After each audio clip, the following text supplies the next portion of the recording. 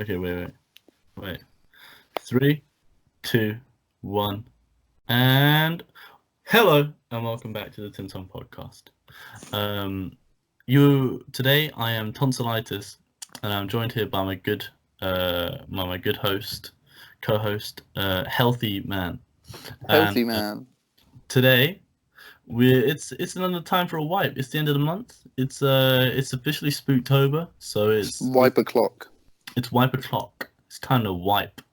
Um, so without further ado, we'll be talking about a number of projects in some various different genres, some of which cross genres. Base God, and He transcends genres. it's gonna be pretty Gucci gang, I think. So without further ado, let's get stuck in with IDK. Is it his debut album? Is he real? Yeah. Do we know? Well, yes. Well, no. Have you seen him? The question is, I think you think he's trying to answer, but I didn't really get many notes on like why he's trying to answer that.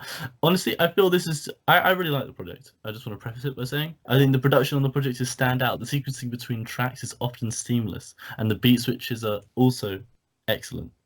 The combination of the soulful and trappy vibes, featuring excellent verses from King Push and JID, and Rico Nasty on the best track on the project, Porno, as well as this interesting interlude from Tyler, the Creator.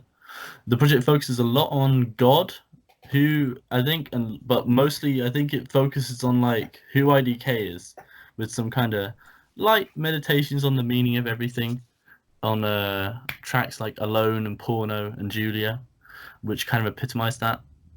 But really, what stood out to me was he's got some pretty damn good flows and some pretty great wordplays. Like one that I've written down is like I think it's on Martin What If. He goes, "I used to be a paper boy, now I get that paper boy."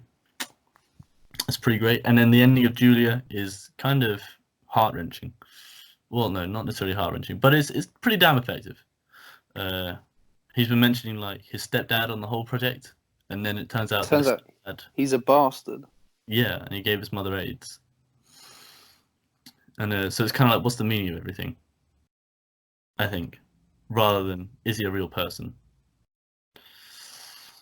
There was lots of God talk on this. Yeah, and I thought that even though there were a lot of good songs, the intro was quite funny. The first proper track was good. Lily as well. Porno, of course. Two singles. And like you said, Julia was stunning, especially at the end. Right. With those strings. Yeah. It reminds me of I just thought that this constant questioning, is he real? And then sort of why do these things happen? Sort of drowned out the whole thing. And I couldn't really get into it as a result.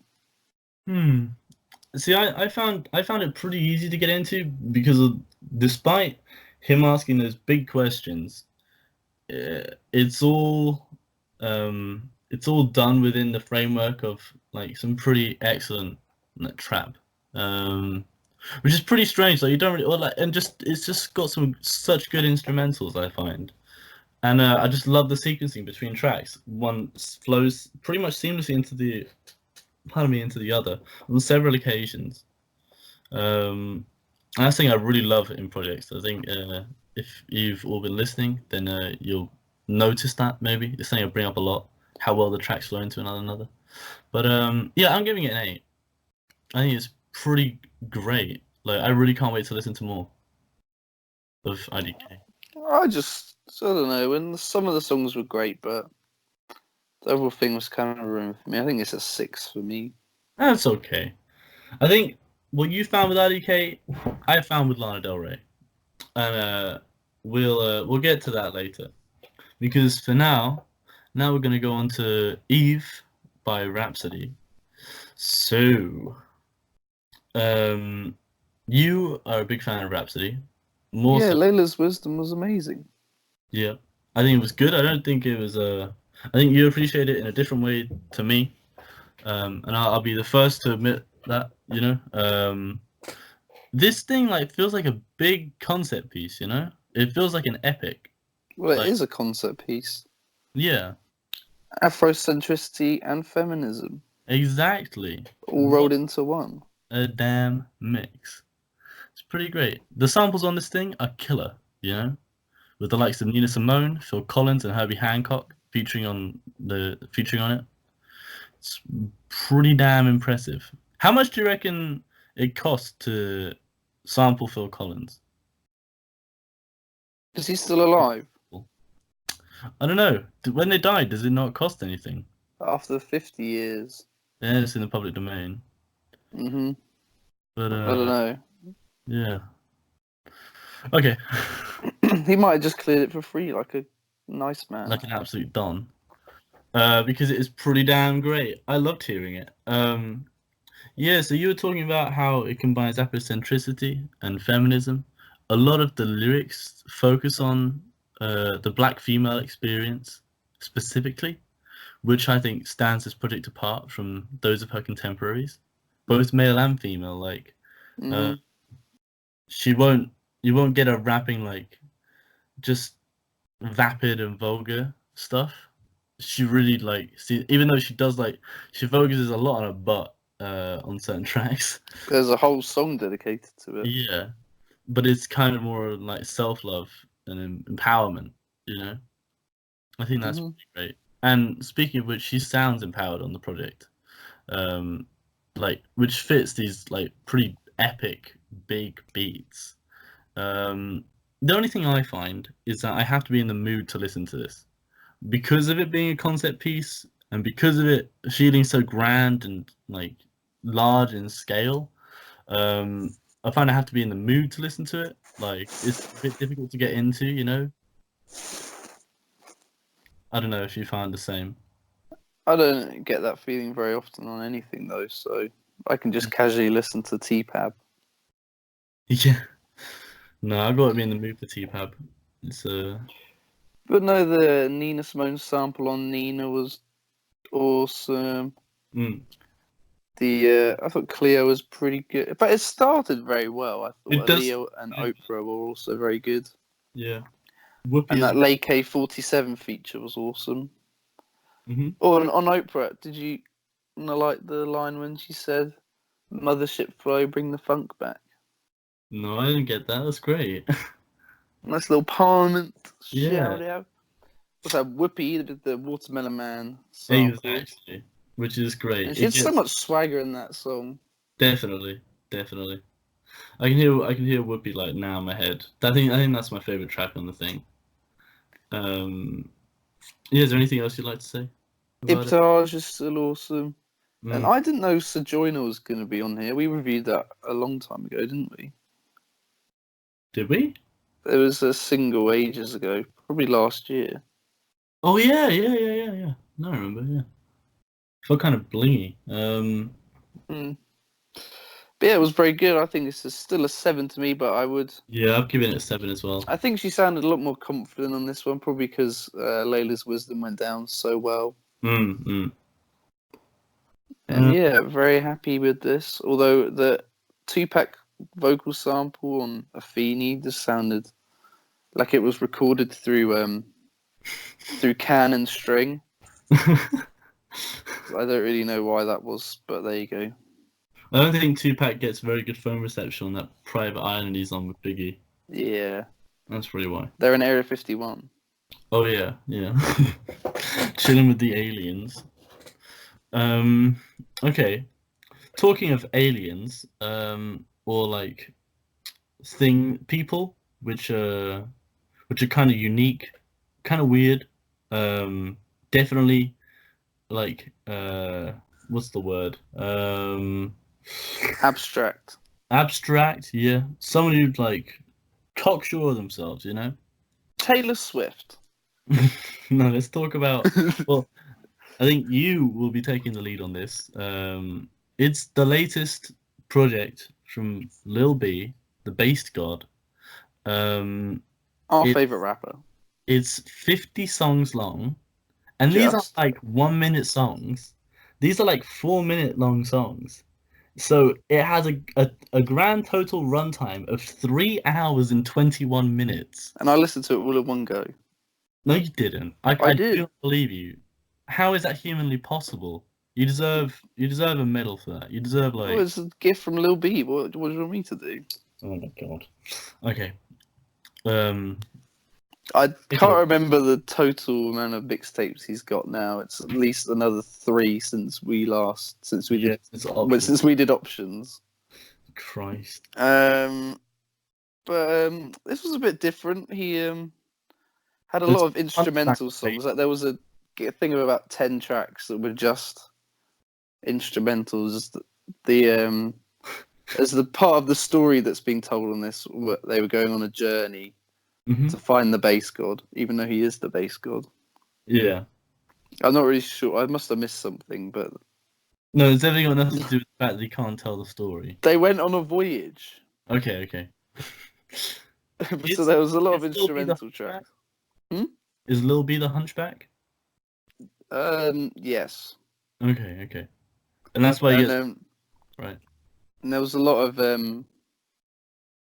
different genres on here. There was a bit of G-funk, there was some trap, there was some boom bap, there was some cloud rap, and I don't know if you saw this one on the Get That Money bass freestyle. No. He did a little bit of country trap as well. What? Okay. Yeah. I think I'm actually gonna listen to that track because I love country rap. I love it. There's I- a lot of lyrically. There was a sort of theme, the whole the villagers, the voyage, the hunchback. It was sort of this like medieval style Yeah. thing of all these villagers getting gifts for the base god, and there being chickens running around the street, this sort of thing. What's up with the? And the there wasn't that much like, reference to wanting the base god to fuck my fuck bitch, which was a bit weird. I was not enough. Yeah, just I want an entire album of this is the bass god. But anyway, That was a good song, man. it's what could you provide any insight into why certain tracks are titled certain ways, like specifically artistic or autistic? Well, if you listen to the song, it's pretty obvious. Please. Okay. I thought that the opening track, I don't really know what it was. It was basically just like trains going by and lots of beeping. It was pretty torturous. I found that for the entire thing. That is very rude. No, I didn't even listen to the whole thing. I just picked songs which had interesting titles, but then it doesn't sound like it's not well produced. What can I say? It sounds like he's done it in GarageBand. Well, I'd counter that by saying it's impeccably produced. I thought the title track was awesome. The Staring At My Window. Berkeley is the bass god. Outer Mission music. Wake Up, Get High, Go Back to Sleep was pretty good. Artistic or autistic? He came out as autistic in that song. Who knew? Bring the Bass God and Lil B Gifts. Another highlight. I was looking into him, and in the episode when we talked about options, you brought up his project I'm Gay. Yeah. So brackets I'm happy. Exactly. He had to change the name from I'm Gay to I'm Gay in brackets I'm happy because he was getting loads of threats from people. And he named it I'm Gay just in the traditional sense of being happy, but also to show solidarity with the LGBT community. And he copied a Marvin Gaye album cover. He's a really interesting character. He's definitely like somebody like forges their own path. And it was also nice to see him back with Clams Casino and the Keyboard Kid on The Uncertain New Life, and got comfortable and succeeded. Okay. But there was a really random track just in the middle of it called Taxis Around Town, which was a good song, but it literally had nothing to do with anything that happened. And he had sort of the genres were a bit different, but at least the themes and the songs were similar. And then he's just randomly getting a taxi around town. after like going on a voyage There we for go. a bit. and the medieval sort of township he's created Lil for the B. Hunchback to live in. That's Lil B for But you. there you go, Lil B gave He us another knows- gift. He knows what he's doing. It's up to you to follow what he's doing. You're Best not 3 hours and 20 minutes of my life, so give it a go. 10 out of 10, of course. I'm not gonna rate it because I haven't listened to it, so I can't do it justice. It was an interesting listen. Yeah, interesting. I think is the correct term. Okay, now let's talk about someone else who is. Keep doing your thing, Lil B. Yeah, you keep doing your thing. I don't hate Lil B. Just it's interesting. So someone else who is kind of interesting. They've been in the they were in the limelight quite a lot. Then they weren't. And now they made a comeback. Kind of it's Amir Van from Brockhampton, the Well, boy band. ex-Brockhampton member. Yeah, ex Brockhampton member. He With hadn't even made so much as a post or an apology since he got kicked out. Nope. He's just straight up with This is the first thing. Emmanuel, and it's really dark. Obviously, I like was surprised right from the bat that he had Hit Boy and Cool and Dre on here, like producing all the songs, mhm, because they're actually like quite big. mm, Hit Boy in particular. yeah, So he obviously had some budget. yeah. Oh, definitely. Like if you watch the music, like the production itself is And he got a for the most billboard. part pretty strong, and they all have like pretty good music videos as well. Like it's weird for him to just come out with this. Like, I mean, when he was in Brockhampton, he was one of the founding members. He was from Texas with them all, and One of the standout members as well. one of the probably. standout members. It was his flow which epitomized the Brockhampton flow. Of He da had a lot of iconic verses, like on Heat. Yes, he did. On each of the Saturation installments, he had iconic verses. And in fact, he was the album covers. Yeah, he was. He was, and he still has the moustache. But okay. So I went into this not liking it. I'm gonna say because I still don't think it's great. I still don't think it's great, but it did kind of win me over in parts. I think it's okay. It's and it's not to do with the controversy as to why he got kicked out. I didn't like his flow that much. That's it. I find his flow to be like pretty boring. But and so when he started off like reusing lyrics on the first track and then comparing himself to Martin Luther King, I was like, what are you doing, bro? He reused the lyric of like, I'm king of the, I can't say that. African Americans. African Americans, which he used on what track? Is it on Sweet or Gummy? It's Gummy. Yeah, he has that. And yeah, so Emmanuel, the opening track, it kind of feels it's pretty much an a cappella piece. The only bit of instrumentation on it is this like very brooding bass line, which does set the tone of the project pretty damn well. Pretty fat. It's fat. It's dark. And it's a trip into his mind, really. What's he thinking about? Yeah. He feels a bit angry, a bit betrayed. Like there's a lot going on. It's yeah, exactly. So coming into I found an entire project of Brockhampton flow not to be too interesting. But he doesn't do that flow the whole time. He doesn't. That's what I was expecting. That's not fair. And like Pop Trunk has a pretty like decent beat switch on it, and I really liked Amir's cries as the hook. At the end, after that beat switch, it's just like, or I guess it's like an ad lib. He's just like shouting these things, and it was really interesting. It felt kind of nightmarish even, which sort of suited the dark tone of the project. I think Los Angeles is the best track. It's the darkest. The 808 on it is that's the most controversial one as well. Just quickly on Pop Trunk, he had this. I don't know if you caught this line where he said, "I'm not a boy in a band." I mean, what do you think that means? Exactly. And he's talking about how he lost his friends in Los Angeles. It's basically saying that they sold out and then ditched him the second something controversial came up. Yeah, it's very interesting to look at. I mean, I don't think he's right, but I can see why he feels that way. Yeah. But I thought Glock 19 was the best song. No, I don't know. I didn't find Glock 19 to be too interesting at all. Actually, And the last two tracks, you can put them in the bin.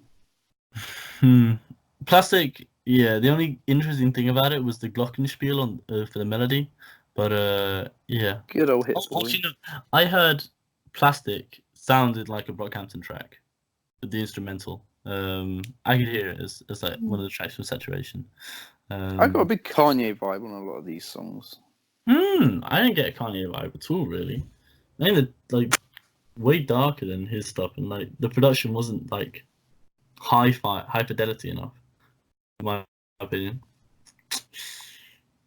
But okay, I'm giving it 6. I don't think I'm gonna rate it because it was a small EP. Bro, It was a bit of a temper tantrum. I don't really have any thoughts. I thought it was pretty good, to be honest. yeah. But I mean, I'd want to hear something more, and maybe something where he doesn't play the victim and just sort of does his own thing. But what is he going to rap about? That's what I'm really interested to find out. Yeah. And that's why I was so intrigued about this thing. Yeah, definitely. He did have because he had some interesting verses. Like, I reckon he's here to stay. He's put himself back on the map, but like back in the game with this, and yeah, it's pretty much. I think with although the production in some places was good, I think with more interesting production, he could go places. Yeah, definitely. Okay. Now, the moment you've all been waiting for, or the moment I know Tom's been waiting for. The big day! No. It's Norman Fricking Rockwell by Lana Del Rey. This is good, man. This was good. I want to hear what you love so much about it, because you've listened to this again and again and again and again and again. It seems I listened to it like 3 times or maybe 4, trying to get into it, and I think I finally got it on the last one. I finally got it. But okay, take it away, Tom. Take it away. Well, I think this was a shame that this has only made the wipe, because I thought that this is one of the best albums of the year so far. That is a big claim. The Jack Antonoff production is mostly flawless. Lana's not moany and drony like her usual. Well, I think not like what she's typically known for. Yeah. It's quite a quiet, moany voice. I've only heard like singles on the radio and stuff, and the song she did with Playboi Carti. What song was that? I can't remember. It wasn't that good. You liked her. It wasn't Baby Voice. Oh, what the hell? What's the point? Okay. And I mean, apart from California, I thought that was the only one where she sounded drony and whiny. Yeah. I think I'll give you that. The production on this thing is stellar, and as is her performance the whole way through. It's like, it's like, yeah, there aren't particularly like peaks and troughs. Like, it's not great on some songs and terrible on others. It's just like solid throughout. It was only California I didn't really like. Yeah, this is a very relaxed project. I feel it's laid back. I needed it because my chill album before this was the Matt DeMarco album. That was okay. I liked it more than other people, but this is much better and still chilled out. So that's awesome. Yeah. And there's so many highlights. The instrumentals are very like often pretty stripped back. On the number of songs, it's just Lana and a piano, and or maybe some guitars. Yeah, it's like, yeah, her voice is so good. It's very soft and melodic. She has great harmonies on songs like Mariner's Apartment Complex, Bartender, and Happiness is a Butterfly, where she's just like singing against herself. It sounds pretty damn great. It feels very dreamy, especially on tracks like Venice Bitch, which is like 9 minutes long, I think. 10 Uh, minutes.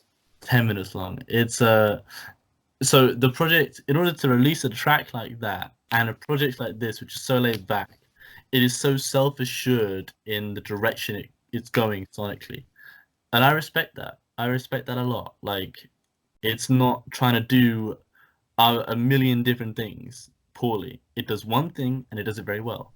The only song which stands out, like, by having like different instrumentations and being more up tempo, is Doing Time, which is a cover. And I think she got the person who was one of the people on it or to do with it to produce that track. And I mean, I really like it. I think the cover of Doing Time is like my favorite track. Cinnamon I Girl haven't also heard the original. electronic elements as well. Mm. Yeah, like, it's I think it just started like a train and it kept going for a long while, and then it sort of slowed down at the end. But that was more, I think that was definitely deliberate, and it wasn't necessarily a bad thing. Although I no, don't think the two closing songs were highlights for me particularly. no, me But neither. the title track was awesome. Yeah, Mariner's yeah. Apartment Complex. Venice Bitch, although it is perhaps It's too long. arguably too long. It's too long. I take Maybe. it as 6 minutes. But I thought that 7 the minutes. outro bit where she was singing was very, very good. Yeah. And The I only loved on The Greatest when she was sort of just like like putting out random thoughts at the end of the song. Mhm. Like where she said Kanye West is blonde and gone. And Yeah, okay. Life on Mars ain't just a song. Okay. I don't It's like, know, man. no, it's cool. Like, it's a good project. Like, the only thing I found is just because it's so relaxed and it has a 1 hour long runtime. I mean, I found it struggled to keep me compelled for the full hour, so I had to like listen and take breaks. Well, for Um, me, it did different things. Like it went a bit faster on some songs, like Good, Doing Time, Fuck mm, It, I Love You. I don't like that track. It just I sort really of don't went like. up. I don't like how she sings on the chorus. I find it so breathy. Like, yeah, that's the one track that I think I didn't like. Like, I don't even like the entire track. I just don't like the chorus, kind of. But yeah, is there anything else you'd like to say? Any closing thoughts? It's pretty good, pretty great actually. Yeah, I'll give you that. I'll give you that. It's a 9 for me, not It's gonna a lie. 9. Oh my god, this is. I did not. Well, no, I definitely expected that, but you don't hand out the 9s very often. Well, the 9s are probably just Solange, maybe And Eagle. you gave Charlie a 9. Pretty sure. Oh, did I? Well, Charlie deserved the 9. Yeah, she did. I'm giving it a 7. Um, I my favorite project of everything we've done on the wipe is definitely IDK. But it's a very strong project. I just find it similar to Eve, in that I have to be in the mood for them. They're like Hmm. they're yeah, they're not just like generic music. It's not just music you can put on, really. Kind of. I don't Well, know. I went on a nice summer walk to I it think that's the way to do it. I like was in 2 weeks ago. And so it was pretty lovely time. yeah, I can imagine. And can you believe this was beaten to number 1 by Tool? Who even is Tool? I'm so I out the don't loop. know. I don't Uh, know, man. Some band. okay. Now we're going to talk briefly about two projects that we'd like to shout out. I'd like to shout out an EP from my favorite Japanese math rock band, Trico. Um, it's another brilliant performance, like one of my favorite math rock groups. The second EP of the year after I don't know what the first one's called. It had Butter on it, among other tracks. The title track features some like textbook twangy guitars, killer drums, mercurial rhythms, and an excellent crescendo. There's really not much more you could want from it. It's pretty damn great. A wall of sound. It's a bit noise rocky even. The following track is a lot more fun overall, with its very playful vibe and some beautiful vocals, which are to be expected from this group. They're an excellent group, and if you ever want to try and get into math rock, I highly recommend check out Trico. They are freaking great. Although I don't know why you would want to get into math rock. And I believe you wanted to shout out Common. Hip hop legend, Common, one of my favourites. If I'm being honest, especially his older stuff like Water for Chocolate, B, and the other one he did with Kanye. Mm-hmm. Is this his best album? No. Is it his worst? No. It's pretty good. It's got some highlights, but it's and I think the theme of like loving everything is a bit overplayed, Mm. and especially on songs like "Let Me Know You Love Me" and "Forever Your Love" were just a bit too much. But I thought it started well. Her Love that we reviewed still amazing. Mm. Hercules, Good Morning Love, and the fifth story, Tale, was pretty harrowing as well, where the Okay.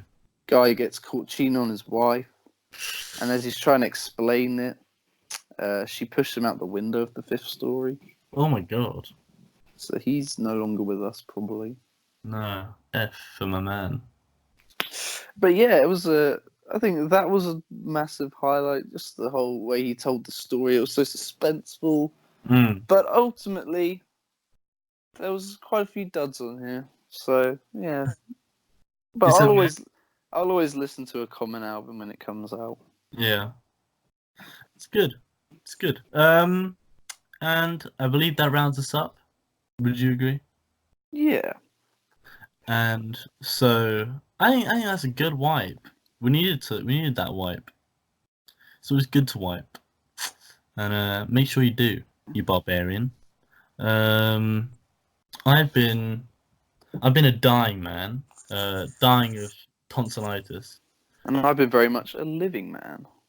And Living my life listening to Lil B 24/7. you've been listening to the Tim Tom podcast, and we do hope you enjoyed. And we're looking very much forward to seeing you next week.